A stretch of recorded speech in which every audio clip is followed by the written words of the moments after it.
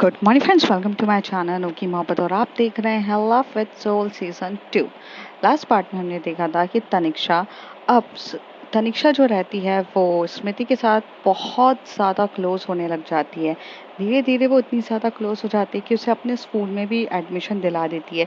जब उसके स्कूल में एडमिशन होने के बाद उसका एडमिट क्वालिफिकेशन थोड़ा सा उतना अच्छा नहीं रहता, क्योंकि एक कॉन्वेंट स्कूल से और एक सरकारी स्कूल से पढ़ी हुई लड़की एकदम हाई फाई स्कूल में जब पढ़ती है तो उसमें बहुत ज़्यादा प्रॉब्लम्स आ जाती है, क्योंकि उसका लेवल मैच नहीं होता है। पर जिसमें हमारी तनिक्षा रहती है वो मैम के सामने कहती है कि मैं उसे पढ़ाऊंगी और वो सब कुछ हो जाएगी। वो अपनी मॉम को ज़िद करती है कि ज़िद करते हुए बोलती है कि मुझे जो ट्यूटर है वो चाहिए, और ट्यूटर जो मुझे पढ़ाते हैं वो स्मृति को भी पढ़ाएंगे। हालांकि उसकी मम्मी उसकी ज़िद की पाने के लिए हाँ भी कह देती है। नैना मॉम बहुत अच्छी थी, वो हमेशा से उसकी हर एक बात सुनती थी।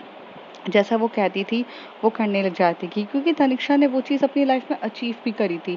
वो पढ़ाई में भी बहुत अच्छी थी, हर चीज़ में वो काफ़ी, एक बोलते ना, एक रिलायबल डॉटर वो थी। वो तो उसकी मम्मी हमेशा से मना ही नहीं करती थी। ऐसी वक्त बीता, पढ़ाई में वो अच्छी निकली, फिर उसने तनिक्षा ने जो स्मृति है उसे भी बहुत अच्छे से पढ़ाया और वो भी अपनी एडमिट क्वालिफिकेशन में अच्छा करती है। फिर उनको साइकिल मिलती है जिस साइकिल में वो घूमते फिरते हैं, और एक समय आ जाता है कि जहाँ पर पबर्टी स्टेज पे पहुँच जाती है हमारी स्मृति, और उसने फर्स्ट टाइम अपनी पबर्टी स्टेज को फेस किया रहता है। मीन्स वो अपनी पीरियड्स फर्स्ट टाइम फेस करती है। और उसकी पीरियड से सिचुएशन आने के बाद जिस तरीके से नैना मॉम ने हमेशा से तनिक्षा को समझाया था कि once you are get periods तो आपकी चीज़ें बहुत ज़्यादा चेंज हो जाती है। आपको अपनी लाइफ में बहुत ज़्यादा थोड़ा सा डिसिप्लिन्स वगैरह ये सब रखना पड़ता है। फिर जब स्मृति होती है तो वही ये चीज़ों को ध्यान में रखते हुए कहती है कि अब वो अपने बाबा के साथ नहीं रहेगी, वो अपने मेरे साथ इस रूम में रहेगी। पर जिसमें उसकी मम्मी मना कर देती है। अब उसके आगे नैना मॉम उसकी तरफ घूर घूर के देख रही थी कि अब उनको ऐसा लग रहा था कि यार स्मृति, मैं मानती हूँ कि मैं तुम्हें अपनी बेटी मानती हूँ, बट इसका मतलब ये थोड़ी ना है कि तुम मेरी बेटी को हथियार बना के तुम वो सारी लग्जरी चीज़ें लो जो मेरी खुद की बेटी ये बिलोंग करती। कहीं ना कहीं नैना मॉम के दिमाग में अब ये बातें चल रही थी, जिसमें स्मृति उठती है और वहाँ उठते हुए बोलती है कि नहीं, मैं नहीं रहना चाहती हूँ। मुझे यहाँ पर नहीं रहना है बिल्कुल भी। मैं अपने अब्बू के साथ, अपने पापा के साथ रहने के लिए तैयार हूँ। जिसमें जो तनिषा रहती है वो हाथ पकड़ के बोलती है, मैंने कहा ना बैठ जाओ, मीन्स बैठ जाओ। फिर वो कहती है, मम्मी क्या हम रूम में जाके अकेले में बात कर सकते हैं? तो उसकी मम्मी कहती है ठीक है। फिर ये लोग दूसरे रूम में जाते हैं जो उसकी खुद की मम्मी का रूम रहता है। वहाँ पर खड़ी रहती हैं और कहते हैं कि तनिक्षा, चल क्या रहा है तुम्हारा और स्मृति के बीच में? देखो, स्मृति की मॉम नहीं है, इस बात की मैं हर चीज़ के लिए मैं वैल्यू करती हूँ, और मैं उस चीज़ के लिए उसे अपनी एक बेटी की तरह भी ट्रीट करती हूँ। बट तुम समझती क्यों नहीं हो? मैं चाह कर भी बहुत कुछ चीज़ें नहीं कर सकती हूँ। मुझे उसके तुम्हारे साथ क्लोज होने में या तुम्हारे साथ उसके घूमने फिरने से ना बचपन से कभी कोई प्रॉब्लम थी और ना अभी प्रॉब्लम है, और ना कभी ज़िंदगी में कभी कुछ प्रॉब्लम होगी। क्योंकि स्मृति पे जो संस्कार दिए गए हैं वो मैंने अपनी बेटी को जो दिए हैं वही मैंने उसे दिए हैं। वो मेरी एक तरह की सी बेटी है। वो कभी भी कुछ गलत नहीं करेगी, ये बात मैं जानती हूँ। बट तुम ये चीज़ क्यों नहीं समझती हो कि जैसे जैसे तुम उसे हर एक चीज़ दे रही हो वो शायद से ग्रीडी हो जाए। वो अपनी औकात और अपनी हर एक चीज़ भूल के वो तुम्हारी चीज़ों पे हक जताने लग जाए। कब तुम्हारी चीज़ों में वो जेलस होने लग जाए, कब ये चीज़ें बदल जाए, समझ में नहीं आता। कल जाके थोड़ा-सा अगर तुमने उससे भेदभाव किया तो उसके मन में वो भेदभाव वाली भावना ना आ जाए, कब तुम्हारा प्यार एक जेलसी में कन्वर्ट हो जाए, ये सब चीज़ें अलग हो सकती है। इसलिए एक फाइन लाइन होती है, वो बीच में हमेशा से मेंटेन करके रखो। वो उस एरिया में बिलॉन्ग करती है तो उस एरिया में ही रखे रहो, क्योंकि तुम उसे कितने भी अच्छे से एक लाइफ़स्टाइल अच्छा दे दोगी, लेकिन कल भी वो एक कहलाएगी एक ड्राइवर की ही बेटी। ये बात तुम क्यों नहीं समझती हो? तनिक्षा उसे कहती है कि मम्मा, अगर आपने ये सारे संस्कार अगर अपनी बेटी को दिए हैं तो आपको ये तो फिर डाउट होना ही नहीं चाहिए अपने संस्कार के मामले में, क्योंकि आपको पता होना चाहिए कि सबसे ज़्यादा मुझसे ज़्यादा प्यार वो आपसे करती है। उसे माँ का प्यार नहीं मिला, लेकिन फिर भी वो आपकी गोद में आके, मैंने कभी आपके काम में हाथ भी नहीं बताया। किचन में जाते हुए आप क्या करती हो मुझे आज तक नहीं पता। इवन मुझे ब्रेड और जैम तक बनाना नहीं आता मम्मा, लेकिन उसे आता है। वो आपके साथ खाना बनाने के लिए बैठी रहती है, वो आपके साथ हर चीज़ में मदद करती है। तो आप ये समझो ना कि वो इस तरीके की नहीं है। और स्मृति को मैं इतना काबिल ज़रूर बनाऊंगी कि वो एक दिन इतनी काबिल बने कि वो अपने खुद के पैर पे खड़े हो चुके। उसे वो मेड का जो टैग है और जो एक ड्राइवर की बेटी है वो कोई ना कहे।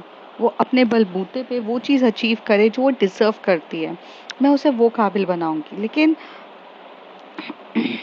उसके लिए एक अच्छा वातावरण और उसके लिए एक अच्छी सोच होना बहुत ज़्यादा ज़रूरी है। जितने करीब वो मेरे साथ रहेगी, जितने आसपास वो मेरे साथ रहेगी, उतनी अच्छे से मैं उसको समझा सकती हूँ ना मम्मा। आप ये बात क्यों नहीं समझते हो? प्लीज़ मैं आपसे सिर्फ इतना ही चाहूँगी कि आप करें। तो कहती है नहीं, ये चीज़ के लिए मैं तुम्हारे लिए हाँ नहीं कर सकती हूँ। हालाँकि तुम हमेशा से अपनी ज़िद करते हुए हर चीज़ मान लेती हो, पर ये चीज़ पॉसिबल नहीं है। नैना मम्मी कहती हैं। तभी वो कहती ठीक है, आपको पॉसिबल नहीं है, आप क्या चाहते हो? तो कहती मुझे डर लगता है तुम्हारे पापा से।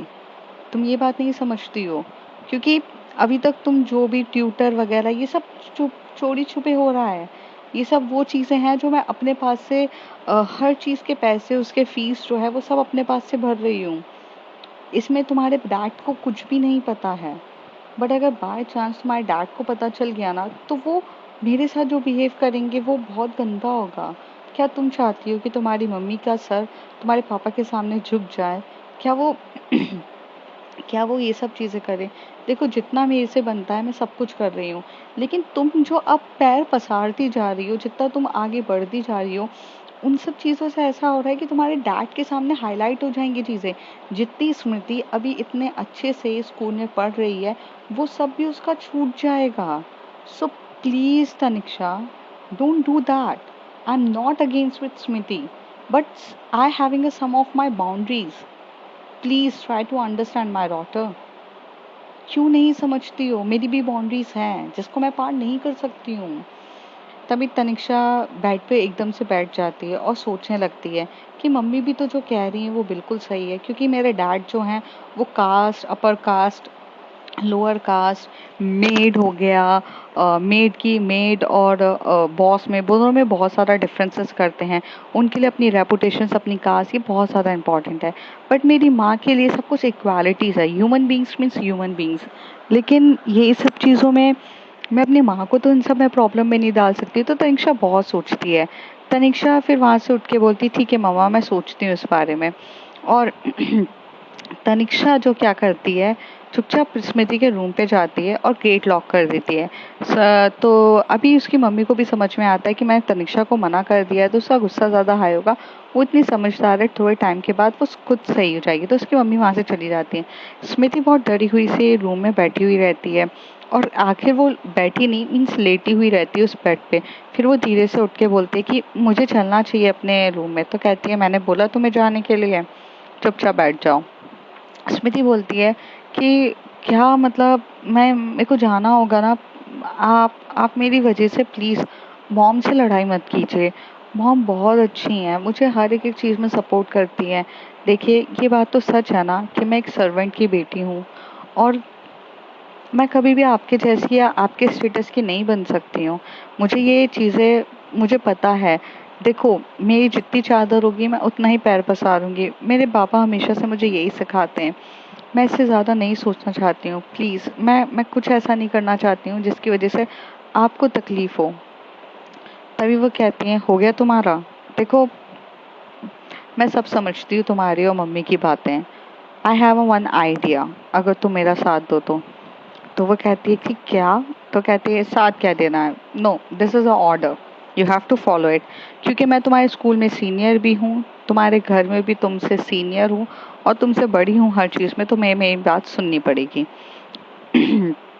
जो स्मृति होती है वो एकदम से उसी तरफ देख के बोलती है "आ, ठीक है, करना क्या होगा?" तो वो कहती है कि बस कुछ नहीं, मेरे बाबा जब आएंगे तब तुम एक काम करना, ये दूसरा जो बाबा जब आएंगे तब तुम अपने अपने बाबा के पास जाकर सो लेना, सोने चले जाना। जितने दिन तक मेरे बाबा यहाँ रहेंगे तुम इस यहाँ मेरे रूम पे मत आना, तुम अपने बाबा के साथ में रहना, और जब बाबा यहाँ से चले जाएंगे तो तुम यहाँ पर आना। वैसे भी महीने में सिर्फ 2 दिन के लिए तो बाबा रहते हैं, 28 दिन या या मैं ये बात बोलूँ, 27 दिन तो वो बाहर ही रहते हैं। 2-3 दिन के लिए हमारे घर में आते हैं, वो भी वीकेंड पे जब छुट्टी ज़्यादा लगती है। बाकी टाइम तो वो बहुत ज़्यादा बाहर ही रहते हैं अपने ट्रिप्स में। कभी वो बाहर जाते हैं, कभी वो मुंबई जाते हैं, कभी वो पुणे जाते हैं, बैंगलोर जाते हैं, हैदराबाद जाते हैं अपने बिज़नेस के चक्कर में, और मैक्सिमम टाइम वो बाहर ही रहते हैं। तो उन सब चीज़ों से तो काफ़ी अच्छा है ना। तुम्हें सिर्फ़ 3 या 4 दिन अपने रूम पे जाके सोना पड़ेगा, बाकी टाइम तुम रात को मेरे साथ सोगी। और ये बात तुम नैना मम्मी को भी नहीं कहोगी, अपने मुंह बंद करके बैठी रहोगी।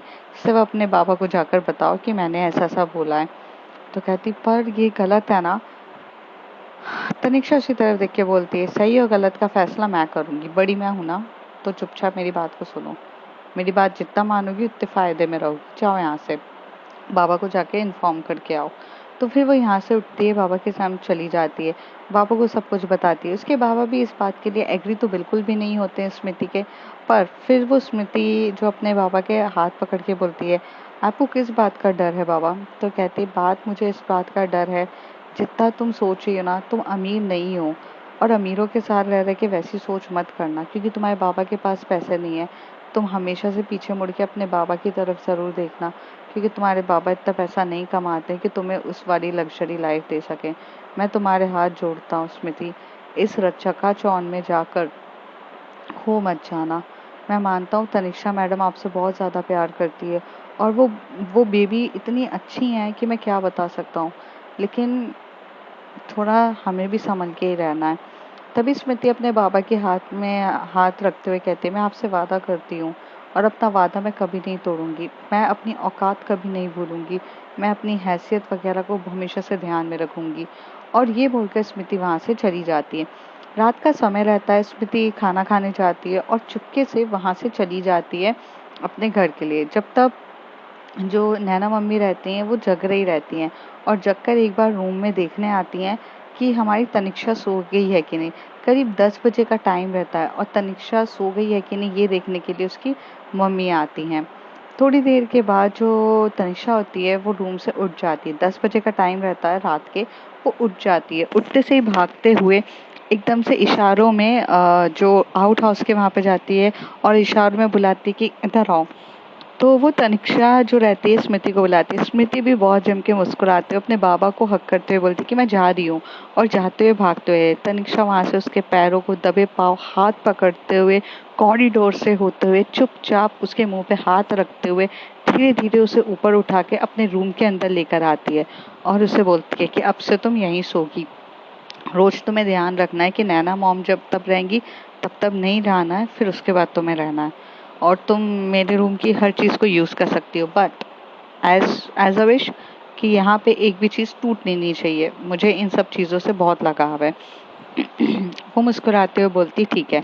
बेड जो रहता है वो इतना बड़ा बेड रहता है कि वो डबल बेड रहता है, जिसमें उसके साथ कोई भी एक सो सकता है। लेकिन आज तक हमेशा से उसने कभी किसी के साथ शेयर कुछ किया ही नहीं है।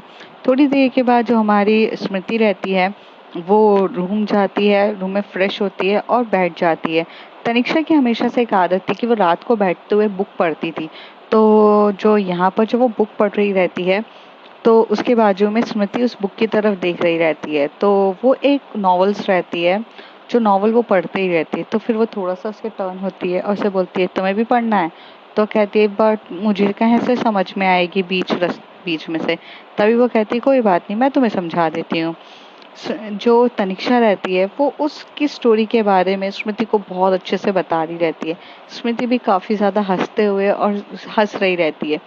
थोड़े टाइम के बाद जो स्मृति रहती है वो उसको नींद आने लग जाती है, और वो एकदम से सो जाती है वहीं पर जो हमारे तनिष्का के कंधे पे सर रखकर। तनिष्का जब उसे देखती है तो उसे बहुत क्यूट सी लग रही रहती है। और अब मैं आपको यहाँ पर बता दूं कि तनिष्का जो रहती है वो अपने मतलब वो बड़ी हो चुकी रहती है। मतलब ऐसे नहीं बोलूंगी वो बहुत बड़ी हो गई है, लेकिन वो कहीं ना कहीं अब 11th स्टैंडर्ड में वो रहती थी, और 11th स्टैंडर्ड में वो थी, और 9th स्टैंडर्ड में हमारी स्मृति थी। अब वो लोग बड़े हो चुके थे, तो बड़े होने के चक्कर में उन लोगों के बीच में ऐसा था कि अब वो पर्वर्टी स्टेज क्रॉस कर चुके थे, तो वो अब सुंदर हो चुके थे। वो बहुत सुंदर दिखती थी तनिष्का। तनिष्का का जो था, उसकी जो आँखें थी वो पूरी ब्लैक थी और उसकी आँखें इतनी ब्लैक थी और उसकी आँखों का जो शेप था ना, वो इतना क्यूट सा था, इतनी नशीली आँखें। जब कोई उसकी आँखों में घूर के देखेगा तनिष्का के, तो कोई उसकी आँखों में ही खो जाएगा, ऐसे थे। उसके लिप बिल्कुल शेप में थे, जैसे धनुष होता है ना, धनुष की तरह उसके लिप एकदम शेप में थे। उसकी जो नोज़ थी वो बहुत एकदम पॉइंटेड और एकदम है। उसके हाथ जो थे वो एकदम फिंगर्स जो थी वो बहुत पॉइंटेड थी और वो काफ़ी ज़्यादा सुंदर थी। मतलब तनिष्का जो थी वो इतनी सुंदर दिखती थी और एक एटीट्यूड वाली सुंदर एक लेडी बॉस, उसके वो सारे फीचर्स थे। वहीं पर जो स्मृति थी वो थोड़ी सी गोल मटोल थी, चुलबुली टाइप की थी और बहुत सुंदर थी और उसकी आंखें भी बहुत नशीली थी। लेकिन स्मृति से ज़्यादा सुंदर जो थी वो तनिष्का थी और कलर में भी उसका जो कलर, यहाँ पे दोनों ही गोरे थे बट उसका कलर बहुत ज़्यादा वाइट था तनिष्का का। तो सो रही रहती है, तो वो उसकी तरफ देखती है, तो फर्स्ट टाइम जो तनिष्का रहती है वो स्मृति की तरफ बहुत प्यार से देखती है और जैसे वो स्मृति को अपने कंधे से हटा रही रहती है तो वो देखती है कि वो इतनी सुंदर दिख रही है, इतनी क्यूट दिख रही है और फर्स्ट टाइम तनिष्का जो रहती है वो उसे देखती रह जाती है। तनिष्का उसे थोड़ी देर वहाँ पर बेड पे सुला देती है और वहाँ से एक चादर उड़ा के उसको उड़ा देती है। थोड़ा सा वो इधर टर्न होती है तो वो नॉवल पढ़ रहे थे। अब नॉवल एक रोमांटिक नॉवल चल रही रहती है। नॉवल काफ़ी रोमांटिक रहती है कि जिसमें एक लड़का और एक लड़की के मिलन होता है और वो कैसे मिलते हैं और क्या होता है, वो नॉवल पढ़ रही थी। जैसे जैसे वो नॉवल पढ़ रही थी उसे बहुत ज़्यादा एक्साइटमेंट हो रही थी कि अब क्या होगा, अब क्या होगा, कैसे उन दोनों के बीच की लव स्टोरी होगी और लव रियल में होता है कि नहीं, या तो फिर ये सिर्फ बातें हैं रियल की। उसके मन में बहुत सारे सवाल उठ रहे थे। तभी रात का बहुत ज़्यादा टाइम हो जाता है और वो देखती है तो रात में इसका 1 o'clock हो जाते हैं, उसे पता भी नहीं चलता नॉवल पढ़ते पढ़ते। और फिर वो थोड़ी देर के बाद अपनी लाइट्स ऑफ करती है और बुक्स को साइड में रखती है और बुक के बीच में एक पेपर रखती है जिससे उसे पता चले कि लास्ट टाइम तक वो यहाँ पड़ी हुई थी। थोड़ी देर के बाद वो टर्न होती है और टर्न होने के बाद थोड़ी देर तक तो वो हल्की हल्की आंखों से अपनी देख रही रहती है। तो जो स्मृति रहती है वो बहुत सुंदर होती है। थोड़ी देर के बाद जो तनिष्का रहती है वो सो जाती है। स्मृति की हमेशा से आदत थी कि वो अपने पापा को हमेशा से हग करके सोती थी, क्योंकि उसे एक वार्म फीलिंग्स आती थी कि कोई उसकी लाइफ पे है। तो स्मृति एकदम से टर्न होती है और तनिष्का को एकदम से टाइटली पकड़ लेती है और उसका एक हाथ जो रहता है वो तनिष्का के बूब्स पे ऊपर रहता है और दूसरा जो उसका लेग रहता है वो उसके टमी पे रहता है और वो बिल्कुल क्रॉस करते हुए उसे बहुत टाइटली हग करके ऐसे सो रही रहती है। वक्त इसी तरीके से बीत जाता है। थोड़ी देर के बाद जो तनिष्का रहती है वो अपने ऊपर थोड़ा सा हैवीनेस फील करती है, वो एकदम से हटाती है। पर थोड़ी देर के बाद जैसे वो टर्न हो वैसे कर लेती है। इस बार तो उसने बिल्कुल जो बैक हग होता है वो कर रही रहती है। तनिष्का को ये सब चीज़ों की आदत नहीं थी, लेकिन जैसी वो टर्न होती है और जब वो एकदम फेस देखती है इतनी प्यारी ब्यूटीफुल से स्मृति का, वो उसे दूर करने के बजाय उसे और उसके और करीब आकर उसे टाइटली हग करके सो जाती है। मॉर्निंग का टाइम रहता है, दोनों इतने अच्छे से हग करके सो रहे थे। और यहाँ पर जो वक्त था कि हमेशा से अंदर से कभी लॉक नहीं करती थी तनिष्का, बट इस बार उसने लॉक किया था क्योंकि अब उसके साथ सोने वाली स्मृति भी थी। तो जब उस मॉर्निंग का टाइम होता है तो एकदम से नॉक नॉक होता है और नॉक नॉक करने वाली नैना मॉम होती है। वो एकदम से बोलती, तनिष्का स्कूल नहीं जाना है क्या, उठो उठो उठो। वो बोलती है, हाँ मम्मा मैं थोड़ी देर में उठती हूँ, ऐसे बोलती हैं। तो थोड़ी देर में जैसे वो उठती है तो उसको याद आता है अरे मॉम है। तभी वो स्मृति को बोलती, उठो उठो उठो स्मृति। स्मृति जब अपने आप को देखती है जिस स्टेज पे कि वो कैसे उसके ऊपर लॉकिंग करके, मतलब लेग्स लॉक करके होती है, वो एकदम से डर जाती है, कहती है सॉरी सॉरी। तो कहती बाद में सॉरी बोलना, उठ के वॉशरूम में जाओ, मैं गेट ओपन कर रही हूँ। तो वॉशरूम में चली जाती है और थोड़ी देर में गेट ओपन करके बोलती, कहती क्या हो गया तुम आज इतनी देर तक सो रही। तो कहती है कि मम्मा वो मैं रात को नॉवल पढ़ रही थी ना, तो मुझे पता ही नहीं चला 1 बज गया कब और मैं उतनी लेट सोई। ठीक है मॉम, मैं तैयार हो जाती हूँ, आप ब्रेकफास्ट तैयार करिए, मैं आती हूँ। थोड़ी देर में यहाँ से जो स्मृति रहती है वो उसको बोलती है कि मुझे तो अपने कपड़े चेंज करने के लिए घर जाना होगा। तो कहती है ठीक है, मॉर्निंग का टाइम है, तुम चली जाओ यहाँ से। वहाँ से वो चली जाती है और वहाँ से वो भागते हुए चली जाती है स्कूल। इसी तरीके से जाती है, स्कूल के लिए तैयार हो जाती है, फिर वो आती है, साथ में ब्रेकफास्ट करते हैं और फिर ये लोग स्कूल चले जाते हैं। स्कूल में भी पढ़ाई वगैरह सब कुछ ऐसी चल रही रहती है। स्कूल जब ख़त्म हो जाता है तो शाम को ये लोग आते हैं। शाम का जो टाइम रहता है उसमें जो हमारी स्मृति रहती है वो अपने बाबा के पास जाके बैठी रहती है। तो तनिष्का उसे बुलाती है, तनिष्का उसे बोलती है कि तुम्हें रोज़ मेरे साथ रहना है इस रूम में, अब तुम बाबा के यहाँ मत रहा करो। तो वो कहती है बट बाबा भी तो मेरा इंतज़ार करते हैं ना। तो कहती है हाँ, तो तुम उनसे बात किया करो, पर तुम्हारी जो ड्रेसेस है स्कूल की वो सब तुम यहीं पर रखो और यहीं से तुम्हें तैयार होके जाना है। बाबा मुझे अच्छा नहीं लगेगा कि तुम वहाँ सुबह सुबह उठ के ऐसे भागते हुए जाओ।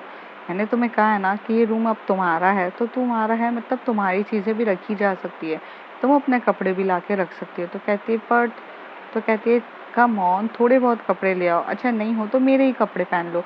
तो कहती नहीं नहीं, मैं ले आऊँगी। स्मृति बोलती है। तनिष्का जो रहती है उसको ना थोड़ी टाइम के बाद बोलती है अच्छा सुनो, मैं जा रही हूँ। तो वो कहती है कि कहाँ पर। तो कहती है तुम्हें पता है ना मेरा पियानो रहता है, मेरा पियानो सीखने के लिए मैं जाती हूँ, तो मुझे वहाँ जाना है। और पियानो सीखने के लिए वो साइकिल से जाती है। तब तो वो कहती है ठीक है।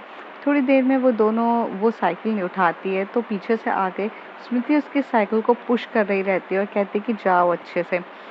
तनिष्का को उसका ये बिहेवियर बहुत अच्छा लगता है कि जैसे कोई होता है ना कि जो आपसे बेहद प्यार करता है, वो आपके लिए वेट करता है, आपके जाने तक आपको देखता है और आपको एक अच्छे तरीके से गुड बाय कहता है। एक वो बहुत प्यारी सी फीलिंग्स तनिष्का को आ रही रहती है। तनिष्का यहाँ पर काफ़ी ज़्यादा खुश रहती है और स्मृति भी उसके इस बिहेवियर को करती है। रात का टाइम होता है तो वो दोनों थोड़ी देर स्टडी करते हैं, खाना खाते हैं और सबसे छुप आकर वो रात को सोते हैं। और अब सोने की आदत ऐसी हो गई थी कि रोज़ रात को नॉवल पढ़ते टाइम तनिष्का नॉवल पढ़ती थी और साथ ही साथ जो हमारी स्मृति रहती थी उसकी नॉवल की स्टोरी सुनती रहती थी। वो नॉवल पढ़ती नहीं थी लेकिन उसे सुनना बहुत अच्छा लगता था। और कब उसकी नींद लग जाती थी और वो धीरे धीरे करके दोनों चिपक कर सो जाते थे। अब तो रोज़ का ही इनका यही चीज़ हो गई थी, अनटिल अनलेस कि जब वो एक दिन बहुत ज़रूरी नहीं आया था। ये सारी जो स्टोरी थी स्मृति खड़े होके रूहानिका को बता रही थी। रूहानिका उसकी तरफ देख के बोलती कौन सा दिन? अब ऐसा दिन कौन सा आया था जिस दिन कुछ बदला था क्या? तो स्मृति बोलती है कि तुम इतना एक्साइटेड मत हो, मैं तुम्हें कहा ना कि चलो अब तुम्हें खाना खा लेना चाहिए, जाओ खाना खा लो। ये सब चीज़ें अगली स्टोरी अगले टाइम पे बताऊंगी। मैंने कहा था ना इतनी जल्दी मैं तुम्हें सारी स्टोरी नहीं बताऊंगी। स्मृति जब ये बोलती है रूहानिका को तो रूहानिका कहती है यार तुम हमेशा से अपनी स्टोरी उस टाइम पे छोड़ती हो जिस टाइम पे बहुत ज़्यादा पीक पॉइंट होता है, और मुझे सच बताओ तो मुझे तुम्हारी स्टोरी और सुननी है, प्लीज़ मुझे बताओ। तो कहती है नहीं, बस इतना काफ़ी है। तो कहती है कि तनिष्का तुम्हारी बहुत क्लोज थी ना? तो स्मृति अपना सर हिला के बोलती है हाँ, बहुत क्लोज, बहुत ज़्यादा अच्छी लड़की है वो। तो कहती है अच्छा। रूहानिका के मन में ये सवाल पूछा था कि वो पूछना चाहती थी कि अब तनिष्का कहाँ पर है, अब क्या है, लेकिन इससे पहले कि वो कोई सवाल पूछती उसे ये बात भी याद रहती है कि अगर उसने कुछ भी सवाल ऐसा पूछा जो उसको अच्छा नहीं लगा तो ये स्टोरी वहीं पर रुक जाएगी और ये स्टोरी आगे नहीं बढ़ेगी। तो वो अपनी मैच्योरिटी दिखाते हुए कह देती है। फिर तनिष्का के रूहानिका जो होती है वो जब सुनती है स्मृति की सारी बातें कि लाइक उसे अब अपने करियर पे फोकस करना चाहिए, अपनी चीज़ों को इवैल्यूएट करना चाहिए, नई नई चीज़ों के बारे में सोचना चाहिए, और वो उसी में लग जाती है। वो उसकी ना हर चीज़ में पढ़ाई, हर एक एक चीज़ में मदद भी काफ़ी ज़्यादा कर रही रहती है। तो अब फ्रेंड्स देखते हैं आगे क्या होता है। और if you like my story like share and subscribe. और ये स्टोरी आप लोगों को तब समझ में आएगी जब आप लव विद सोल सीज़न 1 देखेंगे, क्योंकि ये प्योर कनेक्टेड है। ऐसा नहीं है कि जब आपने कुछ मोहब्बत ऐसी भी सीज़न 2 देखा था तो मैंने कहा था कि वो थोड़ा बहुत कनेक्टेड है लेकिन ज़्यादा कनेक्टेड नहीं था, कि वो एक न्यू स्टोरी थी। लेकिन ये जो स्टोरी है ये एकदम फ्रेश स्टोरी है। ये जो स्टोरी है ये पूरी कनेक्टेड है। मतलब आप सोच भी नहीं सकेंगे, आपको पता नहीं चलेगा कि रूहानिका कौन है, स्मृति कौन है और तनिष्का कौन है। ये सब अगर आपको जानना है तो आपको यहाँ पर एक एक अच्छे से बाउंडिंग करते हुए देखना पड़ेगा। तब तक के लिए bye bye, take care. If you like my story, like, share and subscribe, and please please please subscribe.